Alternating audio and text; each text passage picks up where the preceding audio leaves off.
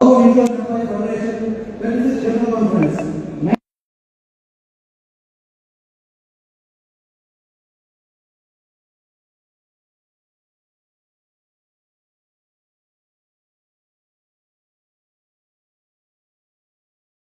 take great pride in welcoming you all for this 36th development of Gazette IDF. You have now assembled the first district of India. Salem district was the first district to reform in India on the 4th April 1792. Salem is the major city located on the banks of river Tirumani, surrounded by mountains. Salem is the fifth largest urban agglomeration in Tamil Nadu. The existence of a culturally and economically advanced society in Salem 2000 years ago is evident from the discovery of silver coins of the Roman Empire near Salem in 1987. Salem was ruled by the Pandya and Chola dynasty. A mosque in the city is believed to have been built by Tipu Sultan, the ruler of Mysore kingdom. It was part of the Vijayanagara Empire before being captured by Hyder Ali during the early 18th century after the Mysore-Madurai War. It was ceded to the British in 1768 and the area became part of the struggle between Kongu Nadu led by Leland Chinnamalai and the British. Samigiri Fort, situated 88 kilometers from Salem, is a historical fort which was built in the 15th century by the Vijayanagara Empire. The fort served as a British tax storage facility for Kongu Nadu. It was an important military base for Tipu Sultan and later for the British Army. Freedom by the Leland Chinnamalai was earned by the British in this fort. Melbourne Dam is one of the largest dams in India and also the largest dam in Tamil Nadu. Built across the river Kali, built in 1934, it took 9 years and the effort of 17,000 workers to complete. Nearly 16.05 lakh hectares of agricultural land in 12 districts receive water from Melbourne for irrigation. It provides drinking water to the people of many districts.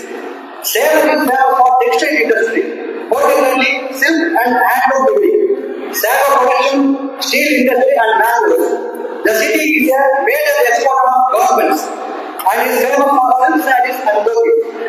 Salem is known as the land of sago due to its high tapioca yield and sago production.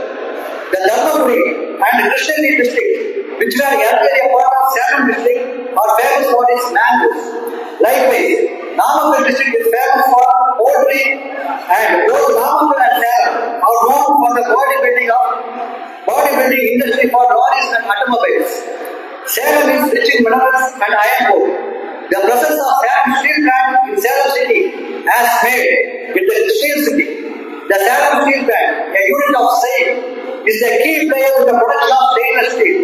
The laborers of Salem steel plant have been waging a relentless struggle against privatization moved by the successive governments for more than 20 years. Salem is also known for making silver jewelry.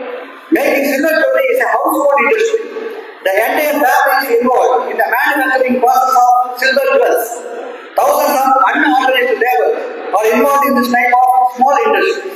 The livelihood of Salem people are dependent on these industries and agriculture to a large extent. The Indian economy is in a severe crisis. Despite all parts of India being the fastest growing major economy in the world, India is at 143rd position out of 194 economies in terms of GDP per capita. The public sector financial institutions, banks and insurance in particular, which are the backbone of Indian financial sector, have come under increasing attack from the central government. The recent Union budget has fixed a target of 47,000 crores in the financial year 2025-26 to be mobilized from disbursement of PSU. The performance of the public sector LIC has been impressive.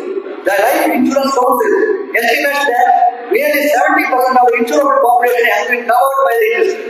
Thanks to the massive reach of LIC, which was started with a capital of 5 crores, now has an asset value of 55 lakh crores. Very recently, LIC had achieved a Guinness World Record by saying transactions in 24 hours on January 20, 2025 through 452,839 agents, setting a global benchmark on agent productivity. And it is a well-known fact that LIC has contributed lakhs of crores to national development activities. LIC has paid a dividend of ₹7,324 crores for the financial year 2024 and 25 to the central government. But despite this sterling performance, the government is bent upon diluting its equity in LIC beyond the 3.5% disinvested in 2022. The government is planning to introduce a bill in the monsoon session of Parliament incorporating provisions to raise the FDI limit to 100%, introduce opposite license, allow insurance to offer multiple categories of insurance under the single license, empower IRDAI to specify lower entry capital, and many other provisions which will be a great benefit to the public sector insurance industry. Despite the demand of an overwhelmingly large segment of the population, the government is refusing to withdraw GST on life and medical insurance premium. India's unemployment situation is as serious as a tickling time bomb about to explode. The ILO says that 83% of the unemployed in India are youth. Banking, insurance, and the entire financial sector is going through a period of accurate shortage of staff.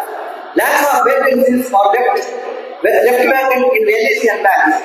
Recruitment has become an absolute necessity to meet the rising customer expectations. 29 labor laws were clubbed into 4 labor codes through the retirement of the employer class to the detriment of the working class. Hard-won trade union rights are being diluted and weakened in the name of labor reforms. Reasonable demands of the working class like scrapping the NPS and restoring the old pension scheme is not being considered. The 36th General Conference of SZIM is being held in this background. I hope this conference will give the necessary guidance and throw light to talk about the retired future tasks. I would like to extend my sincere appreciation for making me a part of this grand conference. We have gone out of our way in our efforts to making your accommodation convenient, food tasty, and other facilities comfortable for the conduct of this conference. I once again welcome you all for this conference, wishing the 26th General Conference of SZIM a grand success. Shri D.M. Selvagrandi MP, President, Reception Committee. Congrats. We want the leaders of the organization. We all in the last few years, we have witnessed the growing community of the best producers of this nation, the farmers and the farmers. We have witnessed the farmers